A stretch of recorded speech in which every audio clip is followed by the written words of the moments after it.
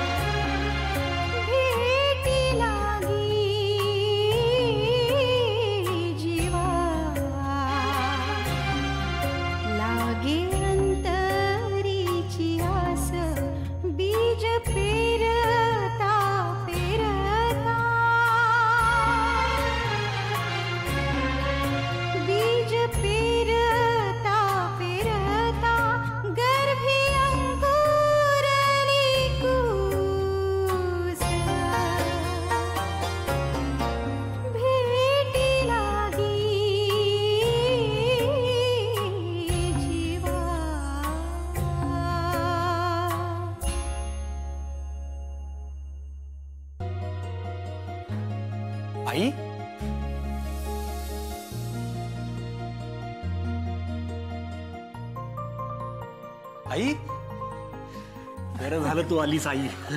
कशी आहेस तू? मी बरी आहे रे. आई मला खूप बोलायचंय तुमच्याशी. आराम काय आहे, गेले 8 दिवस करतेच आहे. अगं पण मला तर आराम करायचा आहे ना. आत्ताच तर आले मी आणि इथेच आहे.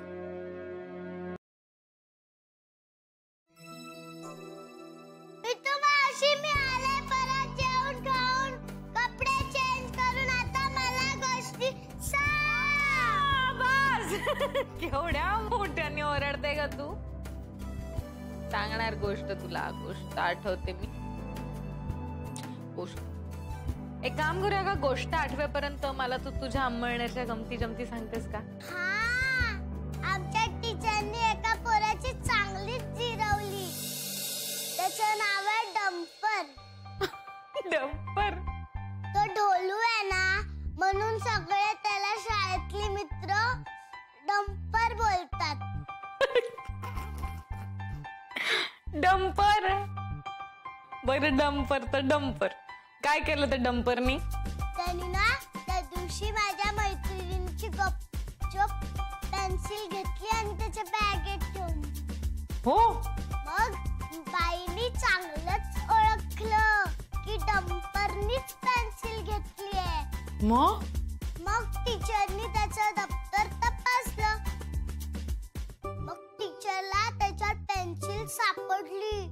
मग टीचरनी त्याला ब्लॅकबोर्ड वरती 50 टाइम्स आय एम सॉरी लिहायला सांगितलं. चांगलीच अद्दल घडली ना त्या डंपरला. बरी अद्दल घडली त्याला. मितू मावशी तो चांगला नाही ना वागला. ऑफकोर्स चुकीचं वागला. तर आपलं काय दुसऱ्याचं काय कळायला नको त्याला. एवढा मोठा आहे ना तो. बरं झालं टीचरनी अद्दल घडवली. अगं झोपला नाहीत अजून? कुठे 10:30 वाजतायत आणि या बाई झोपून देणार आहेत का मला असा चिवचिवाट चाललाय. ऐक, मी पटकन चेंज करून येते, मग तुला गोष्ट सांगते. नाही, आधी गोष्ट सांग, चेंज कर, मग परत एक गोष्ट सांग. बघितलं, अजिबात स्वस्त बसत नाही. म्हणते गोष्ट सांगणारच म्हणून मी परत आले. एक काम कर ना, तू पण चेंज करून ये, इथेच झोप आज आणि हिला पण इथेच झोपू दे. फक्त मला जरा गरम दूध घेऊन येशील का? आणते ना, त्यात काय, आलेच. आता गोष्ट, हा मी काय म्हणते, तुला ती राजाची गोष्ट माहितीये का ग? तो घोड्यावरून येतो आणि मग त्याची एक राजकुमारी असते. तिला उंच दरबारातनं एक असं पक्ष्यांचं घरटं असतं, त्याच्यामध्ये नेऊन ठेवलेलं असतं. डॉक्टर कुलकर्णींच्या मताशी मी पूर्णपणे सहमत आहे. त्यांच्या मते आपण मितालीची मानसिक अवस्था समजून घेतली पाहिजे. त्याप्रमाणे आपल्याला तिची काळजी घ्यावी लागेल. एक्झॅक्टली. मितालीचं झालेला ऍक्सिडेंट ही आपल्याला वरवर पाहता जितकी साधी घटना वाटते तितकी नाही आहे. मी आणि मन्या दिल्लीत असताना वेळ काढून ज्या कारचा ऍक्सिडेंट झाला होता ती कार पाहायला गेलो होतो. त्या कारची अवस्था पाहिल्यानंतर असं वाटलं की इतक्या भयंकर अपघातातनं तिनं नुसते किरकोळ जखमा होऊन वाचणं हे चमत्कारिक आहे सगळं.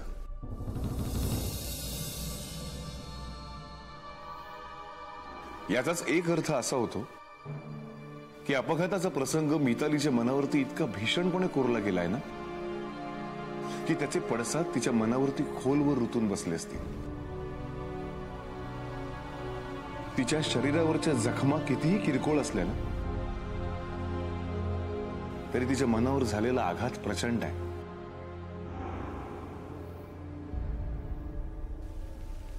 आणि म्हणूनच आपण सगळ्यांनी जाणीवपूर्वक तिला मानसिक त्रास होईल अशी कुठलीही गोष्ट किंवा कृती टाळण्याचा प्रयत्न करूया. काय म्हणे? माझा तर गोंधळच उडाल्यासारखं झालंय. तरीही मी तिला जास्त त्रास होऊ नये याची काळजी घेतोय. पण वेदिका, थँक्स. तू एवढी धावपळ करून डॉक्टर कुलकर्णींसारखा मोठा डॉक्टर दिमतीला आणलास. मनोहर, कमॉन. अरे थँक्स कशाबद्दल? आणि खरं सांगू, आभार मानायचेच असतील ना तर ते आईंचे मानायला हवेत. बघ ना रे, आईंच्या भेटीमुळे मितालीच्या तब्येतीत किती फरक पडलाय. मुलं कधी आईचे आभार मानतात का? आणि अडी अडचणीच्या वेळेला आई सोबत नसली तर मुलांची किती भंबेरी उडते हे मनूमुळे मला कळलंय.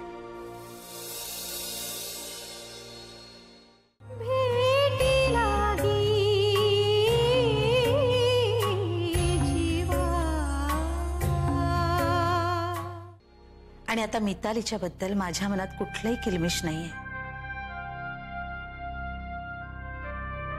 आता तिने लवकर फक्त बरं व्हावं. आई काहीतरी वेगळंच बोलतेय ना आज. एक सासू अचानक आईसारखं बोलायला लागली आहे. फाजीलपणा पुरे अमेय. Sorry sorry sorry. आणि हे बघ, आभार जर का मानायचेच असले ना तर ते अनुताईंचे माना. हे म्हणजे कसं झालं माहितीये,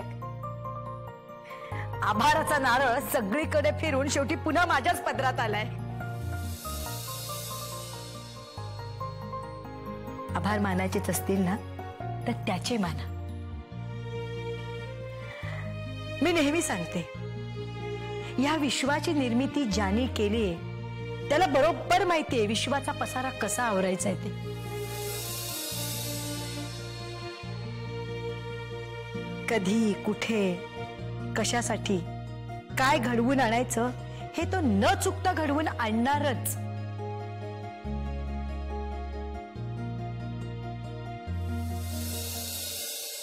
एक होता वाघोबा, त्याला भेटले कोल्होबा, दोघं गेले रानामध्ये. ऐक,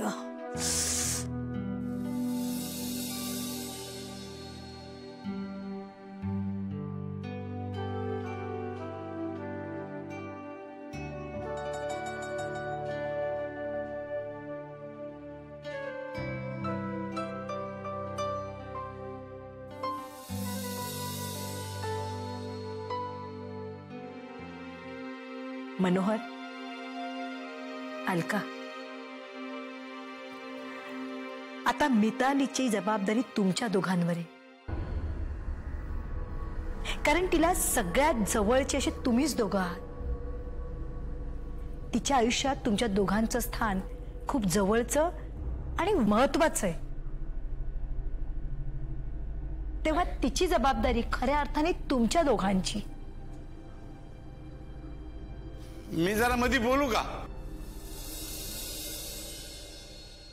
आज्या, अरे ये ना.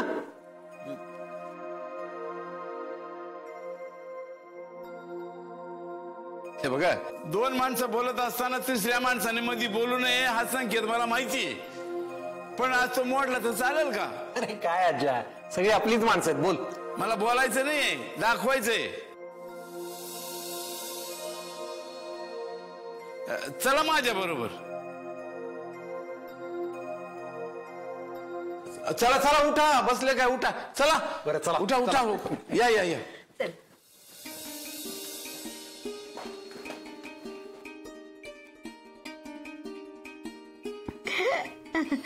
चला आता झोपूया का आपण मस्तपैकी.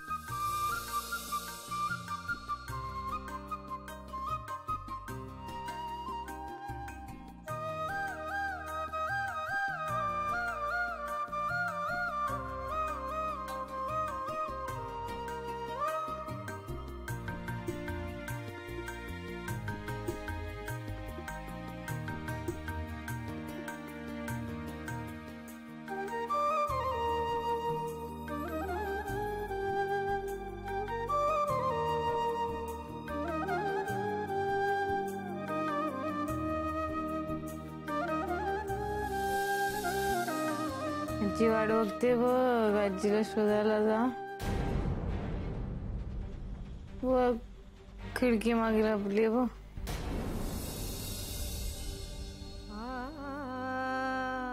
जा हा खेळ आजीशी.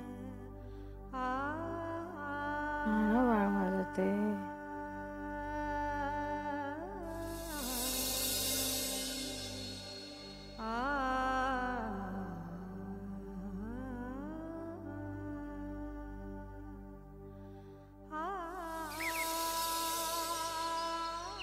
इतक्या दिवसांनी भेटतोय आपण.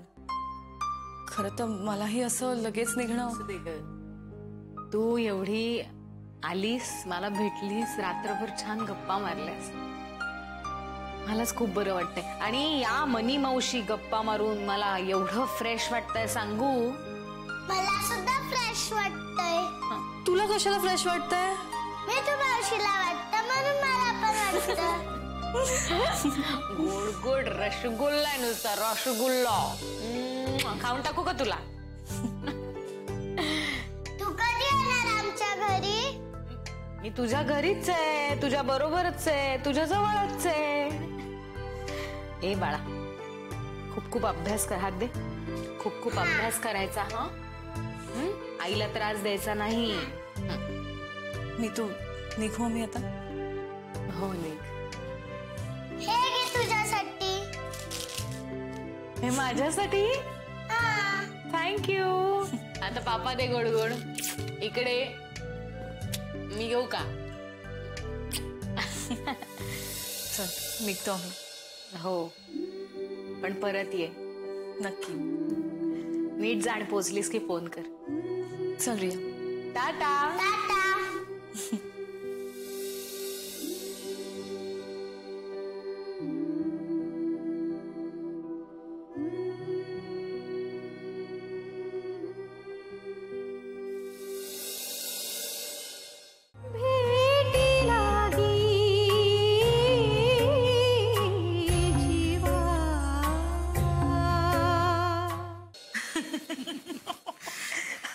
वा वा वा, खरंच तुमच्या आजाच्या हाताला ना चव खूप छान आहे ग. खरंच आहे ते. अगं लग्नानंतर मी ह्यांच्याबरोबर गावी गेले होते ना, म्हणजे आज्याच्याच गावी. नवी सुनबाई होते ना मी. अगं पण माझ्या हातचा स्वयंपाक खायचा सोडून हा आज्या स्वतः स्वयंपाक करून तयार. खरं सांगते, लग्नानंतर माहेरची पहिली आठवण आली ना, ती आज्याच्या हातच्या स्वयंपाकामुळेच. बायकांचं असंच असतं बघ. तुला सांगते, सासरी आल्यानंतर एखादी छोटीशी गोष्ट किंवा छोटासा प्रसंग कधी माहेरच्या आठवणींच्या हिंदोळ्यावर घेऊन जाईल याचा काही नेम नसतो बघ. आता तुझंच बघ ना, आजाच्या हातचा स्वयंपाक खाऊन तुला माहेरची आठवण आली की नाही? तसंच मला वाटतं मितालीच्या बाबतीत तसंच झालं असावं. म्हणजे झालं, आला परत तुझा म्हणजे. अगं, जेव्हा मितालीला मायेच्या उभेची गरज होती तेव्हाच तू तिच्या डोक्यावर प्रेमाने हात फिरवलास. त्यावेळी तिच्या डोळ्यात आलेलं पाणी सगळं काही सांगून गेलं. अलका, हेच महत्वाचं असतं. वेळ साधता आली पाहिजे आणि तीही अचूक. तुला आज जमलंय ते. तुझ्यामुळेच हे सगळं साध्य झाले होते. आणि हो, महत्वाचं म्हणजे काय ते? तू म्हणाली होतीस ना की ज्यांना एकटेपणातही भावनिक किंवा मानसिक आधाराची गरज लागत नाही ती माणसं थोर म्हणून. पण मी खूप साधी आहे ग, अगदी मिताली इतकीच. मला सुद्धा मानसिक आणि भावनिक आधार. पण आता बरं वाटतंय ना? सुनेशी आईच्या नात्याने वागून खूप छान वाटतंय की नाही? कधीतरी आहे ना, आपल्याला हवं तसं आपलं मन सावरीसारखं हलकं फुलकं करता आलं पाहिजे. अलका, प्रेम सगळेच करतात ग, पण प्रेम घेता आलं पाहिजे.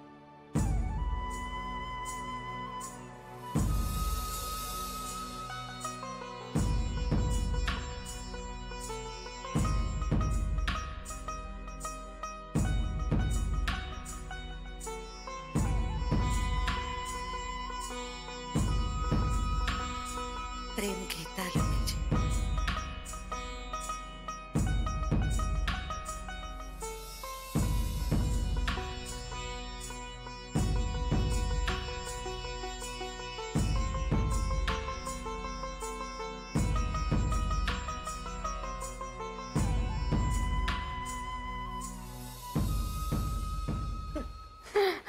सकाळी जाताना वरण भात कालवून ठेवला माझ्यासाठी, त्या डब्यात भरला.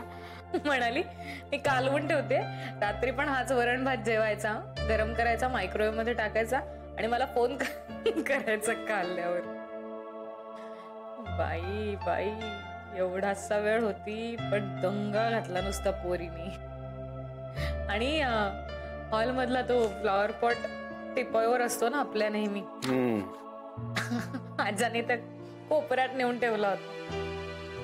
आली म्हणाली इकडे कोणी सरकवलं, हे मी इथे ठेवते, मी नेक्स्ट टाइम येईन तेव्हा इथेच असलं पाहिजे. चिमुरडी एवढीशी बडबडते केवढी छान. खूप बरं वाटलं. ती दिवसांनी भेटली मला. ती माझा हात दुखत होता ना, तर मला म्हणाली मी तुला स्प्रे मारून देते, बाम चोळून देते. त्या गोळ्यांमुळे अगदी तोंडाची चव गेले, जेवण जात नव्हतं. तर मला म्हणते कशी, तुला ना मी गोष्ट सांगते, ती गोष्ट ऐकता ऐकता जेव्हा मी भरवते तुला. खूप बरं वाटलं. किती दिवसांनी भेटली. सरप्राईजच होतं मला. ती मला सरप्राईज द्यायला म्हणून, ऐकू, मला सरप्राईज द्यायला म्हणून आली आणि तिलाच एक मोठं सरप्राईज मिळालं. आमच्या दोघींची मैत्री आणि माझं रियावरचं प्रेम घट्ट आहे बघ. टेलिपॅथी, ट्युनिंग, काय म्हणशील ते. इथे भेटायला आली मला ती अचानक.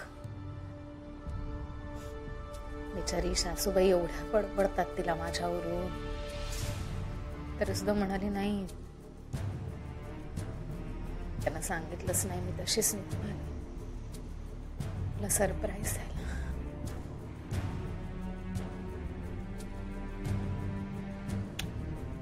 पण काही म्हणणार, या घरात होती ना तर घर भरल्यासारखं वाटत होतं. चिप चिप चिप चिप. लहान घरात असलं ना की धमालच असते घरात. I miss sir. किती मी सांगायचा प्रयत्न केला ना की I am okay, I am all right, तरी नियती बघ ना सारखं खेचून आणते मला तिच्याजवळ आणि तिला माझ्याजवळ.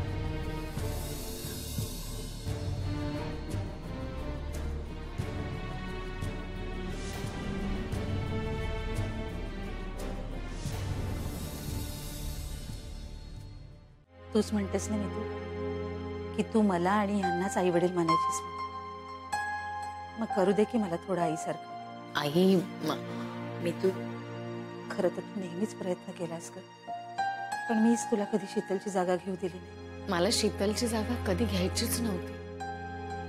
Please try to understand. हे बघ, मितालीच्या ऍक्सिडेंट पूर्वी आपली सखोल चर्चा झाली होती सेरोगसी विषयी. आपल्याला रादर आम्हाला आता तुमच्यासाठी सेरोगेट मदर शोधावीच लागणार आहे.